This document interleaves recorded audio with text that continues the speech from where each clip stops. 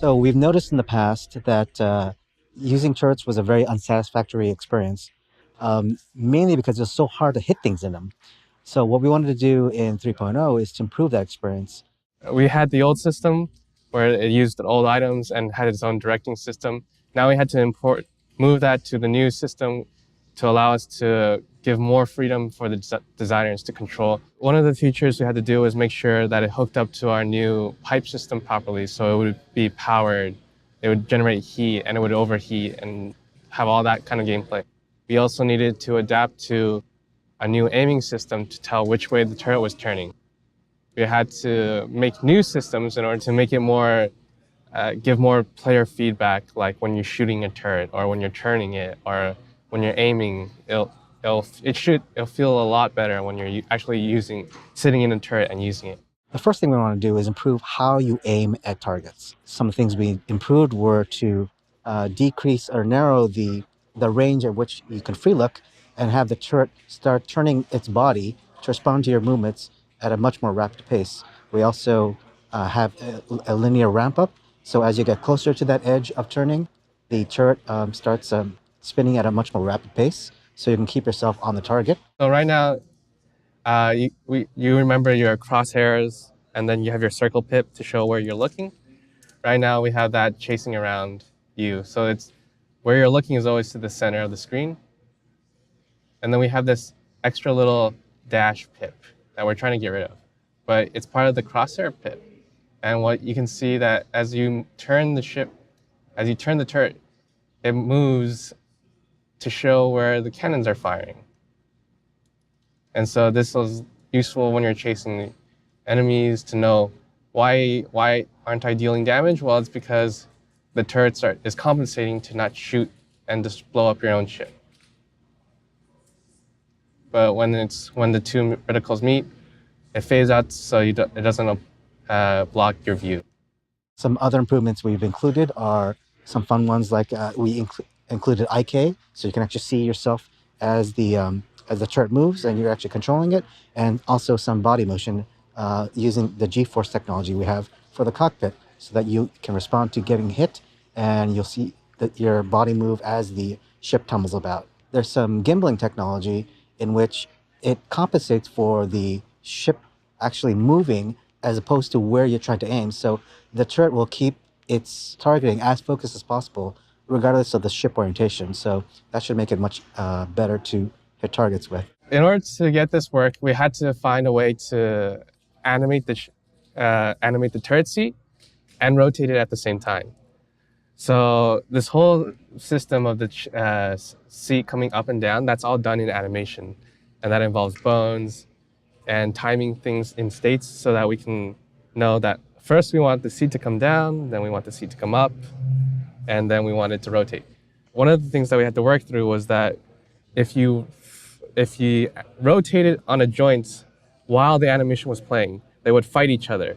So sometimes the seat would snap back and forth, sometimes the rotations would snap, and it was just like you would get dizzy going in and out of the turret. One thing that we had to do was to have the seat come down and then have all the joints, all the code do the rotations on one specific joint so that the animations would play on its child nodes, and then it would be able to play the animation and not fight with the joints while it was coming up and down. And so it would let you rotate and do all this. So before we started on the work, we had the ability to get in, we can get out, and here we are at the top, and that's it. Now, this is really inconvenient when you're playing because, say, the enemies are in front of the ship, now you're just completely facing the wrong way. So, but we still get we get to do the long turnaround in order to shoot at different targets. So what I did instead was we had a new feature in DataForge where you can define rotations, pre-enter, post-enter, exit-enter. And so this will allow you to define, say I want the seat to turn 90 degrees in order for us to get in. And then when we get out, we want to turn the right way. And then when we get out, we do the reverse, 90 180, and 90.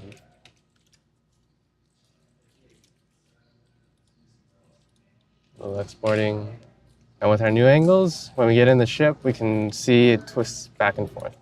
This is the part where the designers come in and decide which angles to actually turn the turret in. But now we're facing the right way.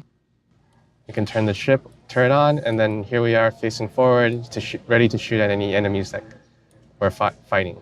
We sort of had the pre-enter, post-enter, pre-exit, post-exit orientation tech in there so that when you enter turrets from odd angles, and so we add a little bit of tech in which the turret, while it's not being used, is oriented forward, but when you enter it, it turns sideways for you, allowing you to enter it, be in the proper orientation, and then finally rest forward so that you'll be able to shoot targets in front of you. The most challenging aspects were probably getting the feel of converting what the player wanted to do as far as their input to where they wanted to aim.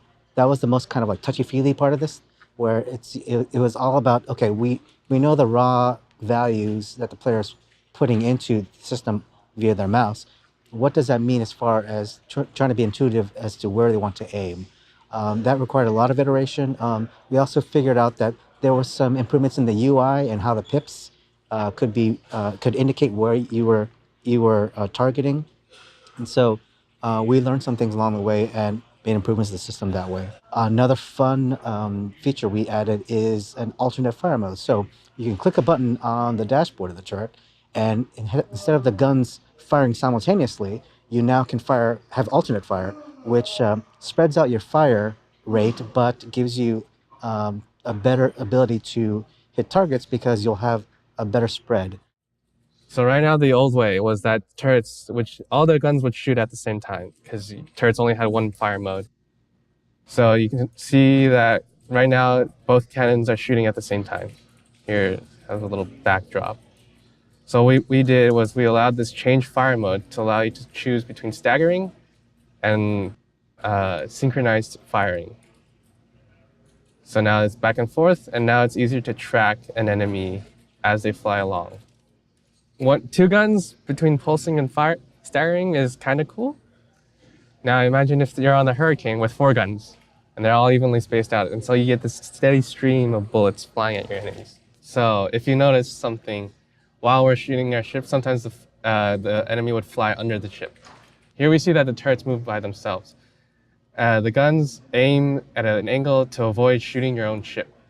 Now this is because before we had this, the turret's guns can shoot anywhere they wanted, including through your own ship. Like if you're chasing through an enemy and they swoop down below the ship, you would end up shooting into your ship. Sometimes you would blow it up, sometimes you would miss, but we wanted to avoid that situation. So we had a few different solutions to fix that. So before we had defined limits, we could shoot through your own ship. You can see right behind the cannon, right behind the ship, you can see our bullets are going through the ship. The first solution was to have the bullets go through your ship so you wouldn't shoot yourself. And that worked because we're not blowing up our own ship. But this doesn't make any gameplay sense or like any sense in reality, because why would the bullets go through a ship? And so another thing we did was we would allow you to define these custom rotation limits. So we'll say we have these dead zones and angle limits. And so you could define a standard angle limit, which would let you keep the turret in a specific range, or you can, where it's either for here like this, 90 degrees downward, 90 degrees up, or you can define custom limits, and you could just rotate off of a specific joint. So right now we want to base our turret on yaw, that's our left and right motion. So we want to, based on our left and right angle, we want to have a specific limit. So when we are turned forward, our angles we can look 90 degrees down, 90 degrees up.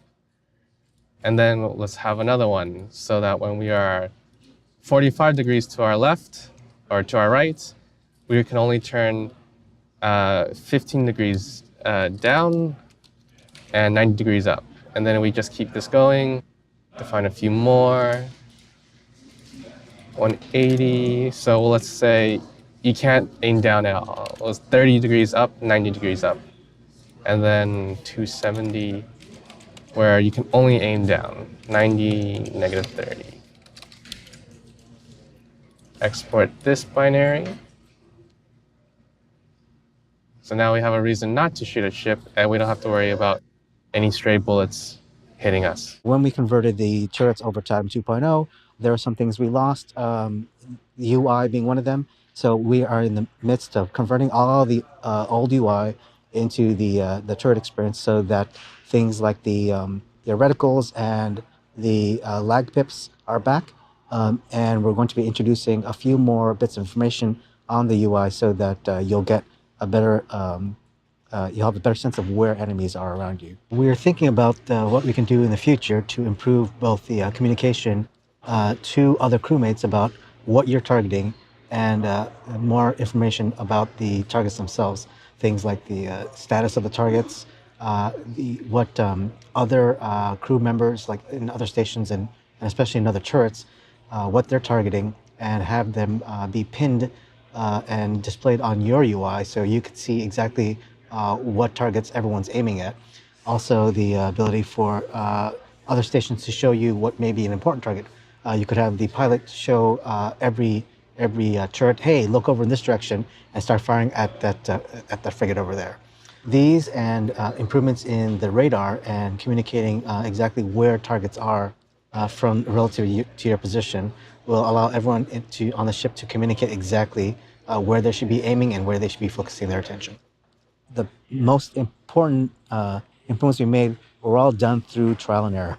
We tried something and then played with it a little while, found out what did work and what didn't, took the aspects that did, and figured out ways in which we could improve the aspects that didn't.